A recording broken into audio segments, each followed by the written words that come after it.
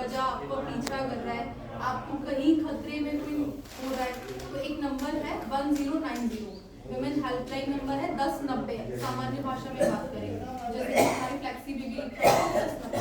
इस नंबर की खासियत ये है कि जब इस नंबर पे कॉल किया जाएगा, सबसे पहली चीज तो ये नंबर जो रिसीव करेंगी वो कोई महिला अधिकारी या कर्मचारी ही रिसीव करेंगे, तो वहाँ पे आप कंफर्टेबली अपनी बात उनसे कह पाओगे जो भी बात। दूसरी चीज, जब आप इस पे कॉल कर रहे हो तो ये आवश्यक नहीं है कि आप अपनी आइडेंटिटी बताओ।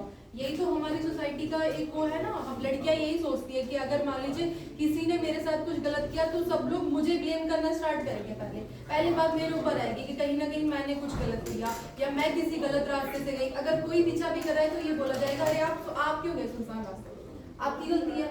तो उस चीज के बचाने के लिए सबसे पहले आपको जरूरत नहीं है अपनी आइडेंटिटी बताने की। दूसरी चीज, इसमें उतनी ही कार्रवाई होगी जितनी आवश्यक है। अगर मान लीजिए सिचुएशन चेतावनी देने वाली है तो उसको सिर्फ चेतावनी देकर भी छोड़ा जाएगा। अगर जरूरत पड़ रही है कि नहीं कोई कानूनी रूप से लिखित कार्रवाई की आवश्यकता भी है तो वो थाने स्तर तक उसकी जो सूचना है वो आएगी, फिर आगे चीजें बढ़ेंगी।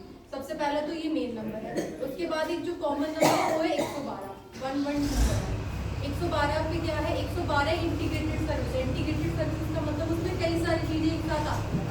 जैसे कोई क्राइम घटित हुआ, कोई झगड़ा हो गया, लड़ाई झगड़ा हो गया, आप सब करते हैं 112 पे कॉल। बट अगर किसी का एक्सीडेंट हो जाता है तो भी जरूरी नहीं है कि आप एम्बुलेंस का नंबर ही याद रखें, 112 पे कॉल करेंगे तो वो व्हीकल्स भी वेल इक्विपाइड है, उनमें सारी सुविधाएं होती है मदद करने की। दूसरा फायर वाला, अगर कहीं आगजनी जैसी घटना घटित होती है तो भी आप 112 पे कॉल कर सकते हैं। ये तो रही दो चीजें।